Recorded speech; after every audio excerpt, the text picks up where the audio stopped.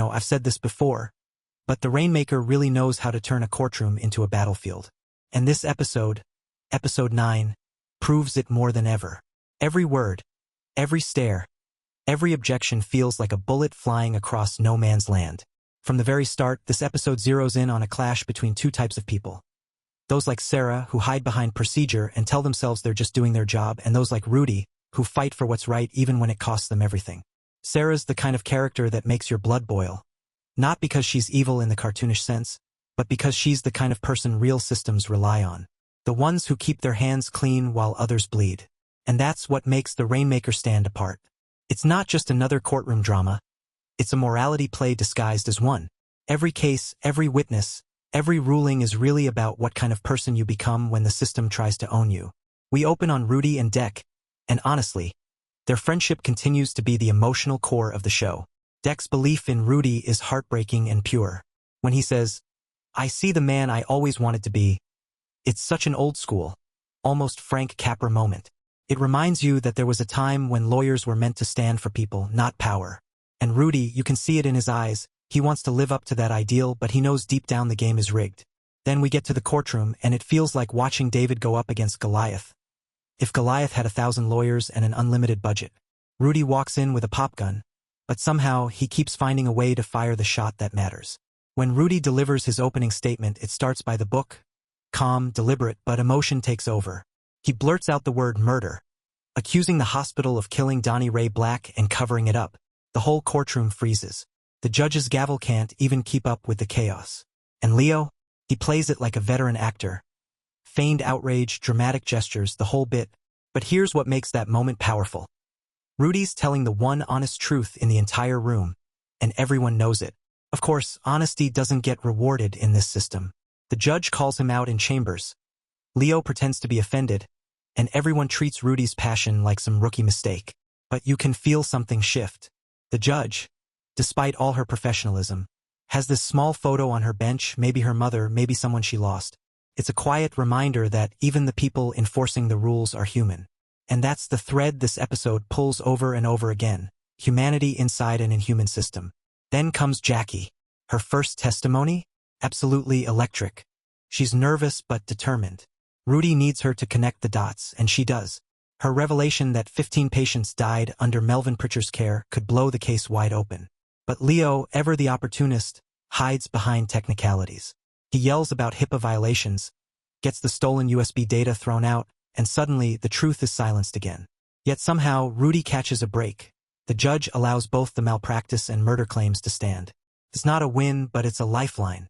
And that's all Rudy ever needs. Meanwhile, Tinley, Britt, and Sarah are already 3 moves ahead. While Rudy's chasing justice, Sarah is out there closing doors, visiting families, locking down settlements, and making sure every potential witness signs their silence away. She's the smiling assassin of the corporate world. Watching her operate is infuriating but also chillingly believable. You almost want to yell at the screen.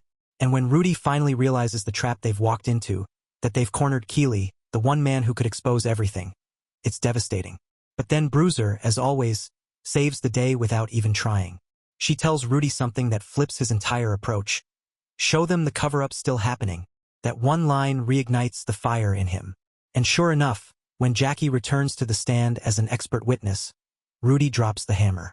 The defense's entire case depends on this ridiculous claim that the Narpence machine wipes its own data every 90 days, conveniently explaining away missing evidence. But Rudy proves the opposite. The machine doesn't erase anything unless a senior executive enters a code. Which means, Great Benefit didn't lose the data. They destroyed it. That reveal is one of the best moments of the season. Watching Leo squirm as Rudy dismantles his entire defense piece by piece is so satisfying.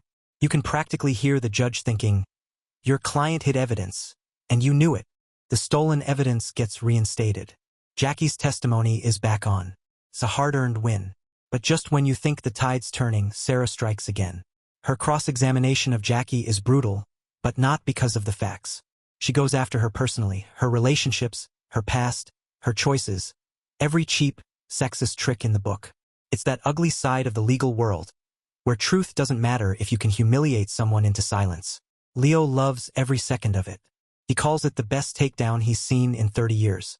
Meanwhile, Brad sits in the background, watching it all curdle. He's knee-deep in Leo's dirty work, taking envelopes, making payoffs, and now Leo's got evidence on him too. Jane Allen even catches him on camera bribing Prince and Lyman. So when Leo promotes Sarah, he's got the perfect leverage to keep Brad quiet. It's poetic and sick all at once. And if you've been watching closely, you can feel what's coming. The Tinley Britt subplot, the fire, Melvin's mother, the cover-up, it's all about to explode. If Rudy can flip Melvin, the entire house of cards collapses. Then there's Bruiser, easily one of the best-written characters in this show. Her visit to Rudy this episode is raw, honest, and heartbreaking. When she says, "You still think you're one of them," you feel the weight of that line. Bruiser knows there's no true victory in this system. The only win left is refusing to become like them. And in her own story, she's facing something similar. Her father, Lyman, finally gives her something she's needed her whole life: permission to let go.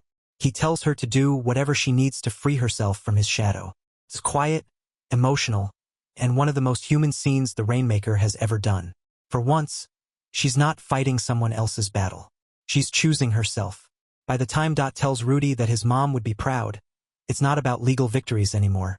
It's about surviving with your conscience intact. Rudy may not win on paper, but he's doing something Leo and Sarah never will: telling the truth out loud, no matter the cost. And let's be real. When Rudy's mom walks into that courtroom next episode, it's going to hit hard. That judge, who's been balancing her sense of duty against her sense of empathy, might just feel something shift too. Then, the final scene, Melvin Pritchard, tied up in Prince's basement. It's horrifying, symbolic, and absolutely brilliant. The truth isn't gone. It's just buried. And the Rainmaker reminds us that the truth always finds a way back to the surface, no matter how deep people try to hide it. The show's not about courtroom wins anymore. It's about moral victories, about the few people left who still believe in something real. Leo says there's no room for emotion in the courtroom, but every move he makes is driven by it: greed, ego, and vanity. Rudy's the opposite. He fights with heart. And maybe that's why the powerful fear people like him, because you can't control someone who still cares. So what do you think? Did Sarah's cross go too far? Or was she just playing the game the way it's meant to be played? And do you think Rudy can actually flip Melvin before the finale blows everything wide open? Let me know your thoughts down below. I love reading your theories and seeing who you're rooting for in this mess. And if you've been following my Rainmaker reviews, hit that like button and share this one around. This episode deserves the conversation. Because the Rainmaker isn't just about who wins the case anymore. It's about who keeps their soul intact when the whole system is built to crush it.